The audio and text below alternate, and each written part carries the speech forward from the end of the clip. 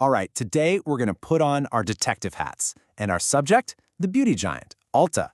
We're going to peek behind the curtain and figure out what's really going on inside the company. And we're going to do it using nothing but their own public reports. I mean, think about it. You see their stores everywhere, you might even buy their products, but what's the real story? What are their grand plans? What are they secretly worried about? It kind of feels like it's all a big secret, right? Well, it's not. The whole story is actually hiding in plain sight.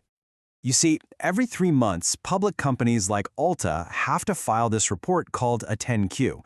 And yeah, I know, it looks incredibly dense and maybe a little boring, but you gotta think of it like a treasure map. It is packed with clues that tell you what's really happening. And today, we're gonna follow that map. Okay, detective, let's get into it. Our very first clue comes from the balance sheet. Just think of this as a financial snapshot of the company on one specific day. Basically a list of everything it owns and everything it owes. So at first glance, the numbers look pretty solid. Total assets are up by more than $600 million in just half a year. But you know what? That's not the real story here. The real clue is buried inside that number. Take a look at that line called goodwill. That goodwill number, it didn't just grow, it absolutely exploded. We're talking a jump of over 3,500%. A number like that is a giant flashing neon sign that something big just went down. So, what in the world is goodwill? Okay, so in simple terms, goodwill is basically a placeholder that shows up on the books right after a company buys another one. It stands for all the valuable stuff you can't really touch, like a brand's awesome reputation or its loyal customers. So a huge spike in goodwill, it almost always means one thing. They just bought another company. And yep, sure enough, as we dig a little deeper in the report, we find the receipt. Ulta dropped nearly $400 million on an acquisition. And check this out, over $380 million of that price tag turned into goodwill. So clue number 1 is officially solved. Ulta is in major growth mode, and they're buying up other businesses to do it.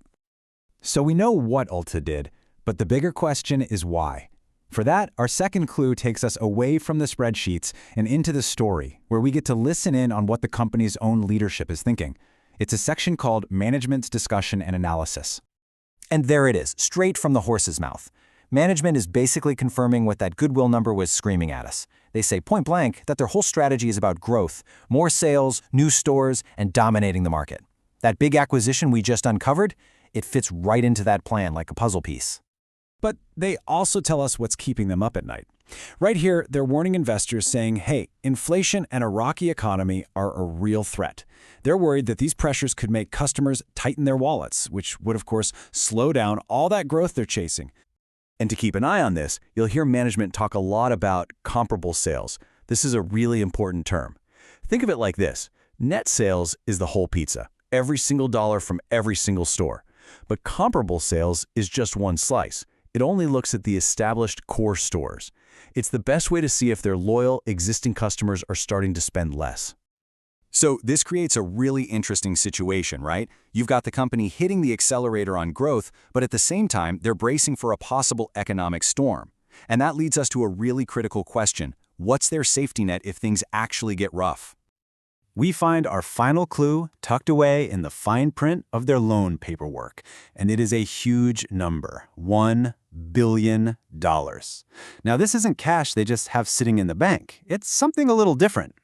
This $1 billion is a massive line of credit that Ulta locked down in August of 2025. It's basically a flexible loan, a corporate rainy day fund that they can dip into if they need cash to run the business or just to ride out a tough economic patch. It is a very powerful tool to have in your back pocket.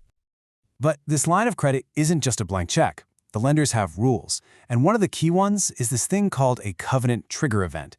Think of it as a financial tripwire. If Ulta's available cash cushion ever dips below $100 million, it sets off an alarm. It doesn't mean they're in trouble, not at all, but it gives the banks a little more say. It's just a built-in warning system to make sure the company stays healthy. Okay, so we found our clues. We found them in the balance sheet, we heard it in management's own words, and we saw it in their loan agreements. So when we put all these pieces together, what's the story they're telling us? The story is one of calculated ambition. It's really smart. Ulta is playing offense, spending hundreds of millions on buying other companies to fuel their growth. But at the exact same time, they're playing defense. They see the economic storm clouds on the horizon, and they've prepared for it by securing a massive $1 billion credit line. They're trying to grow like crazy, while also making sure they have a giant umbrella ready just in case it starts to pour. And that is how you read a corporate report. You see, it's not just a bunch of numbers, it's a whole narrative. And now you know how to find it.